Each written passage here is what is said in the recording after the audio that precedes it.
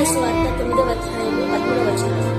రోగులకి కానీ ఆరోగ్యం గల వారికి వైద్యుడు ఎక్కడ లేదు కదా, అయితే నేను పాపలు తిరుగు నచ్చుతుంది కానీ నీతిమంతులు తిరుగు రాలేదు. ఈ వాక్యాన్ని దేవుడు దీవించుగాక. ఆమేన్. ప్రియమైన సహోదర సహోదరులారా, ప్రభువు యేసు అంటున్నాడు, ఆరోగ్యంగా ఉన్న వారికి డాక్టర్ అవసరం లేదు.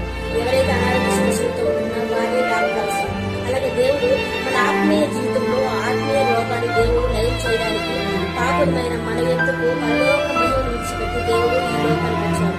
కాబట్టి ఆయన మన కొరకు వచ్చాడు. ఆయన నీతిమంతుల కొరకు రాలేదు. మనకు పాపులమైన మనం నశించుకోవడం మనల్ని వచ్చి వెలికి వచ్చి రక్షించాడు.